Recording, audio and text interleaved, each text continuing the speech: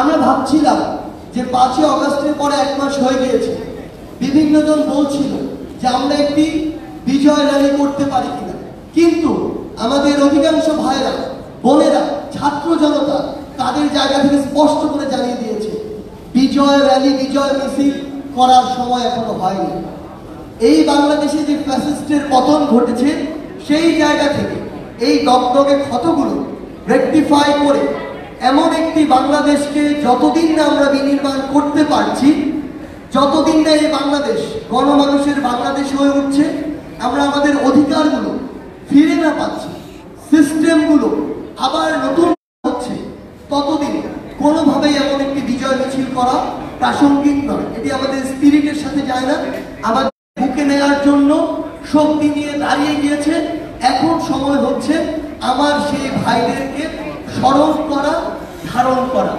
সেই জায়গা থেকে আমরা মনে করি যে স্পিরিটকে নিজের মধ্যে ধারণ করে আমার ওই যে আহত ভাইগুলো এখনো হাসপাতালের বিছানায় কাতরাচ্ছে, আমার যে ভাই বোনগুলো তাদের হাত হারিয়েছে, পা হারিয়েছে, চোখ হারিয়েছে, তাদেরকে স্মরণ করে তাদের স্মৃতিকে ধারণ করে আমরা আগামীকাল 5 সেপ্টেম্বর আমাদের ছাত্র জনতার অভ্যুত্থানের 1 মাস পূর্তি উপলক্ষে আমরা একটি শহীদি মার্চ করতে চাই।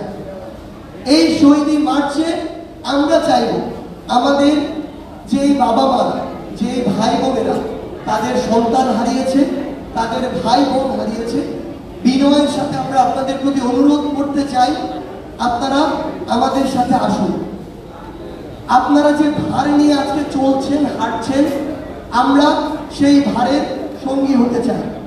আমরা সব সময় আপনাদের সন্তান হয়ে, ভাই বোন হয়ে আপনাদের সাথে একইভাবে চলতে চাই। সেই জায়গায় আমরা চাইব পুরো বাংলাদেশের ছাত্র জনতা আবারও তাদের প্রত্যেকের জায়গা থেকে তারা এই শহীদি মার্চে অংশগ্রহণ করবে, যেখানে আমার শহীদ ভাইদের ছবি থাকতে পারে ফেস্টুনে। আমার শহীদ ভাইরা যে চেতনাকে, যে স্পিরিটকে ধারণ করে নিজের জীবন দিয়েছে সেই কথাগুলো থাকতে পারে। আমরা যে ওই ফ্যাসিস্ট যে কোনো সরকার তার কোনোদিন গ্রহণ করতে প্রস্তুত নই, আমরা যে তাদেরকে ঘৃণা ভরে প্রত্যাখ্যান করছি, করব, সেই মেসেজগুলো থাকতে পারে। আমরা অন্তর্বর্তীকালীন সরকারের কাছে কি চাই সেই বার্তাগুলো থাকতে পারে। আমরা কেমন বাংলাদেশ চাই সেই কথাগুলো থাকতে পারে।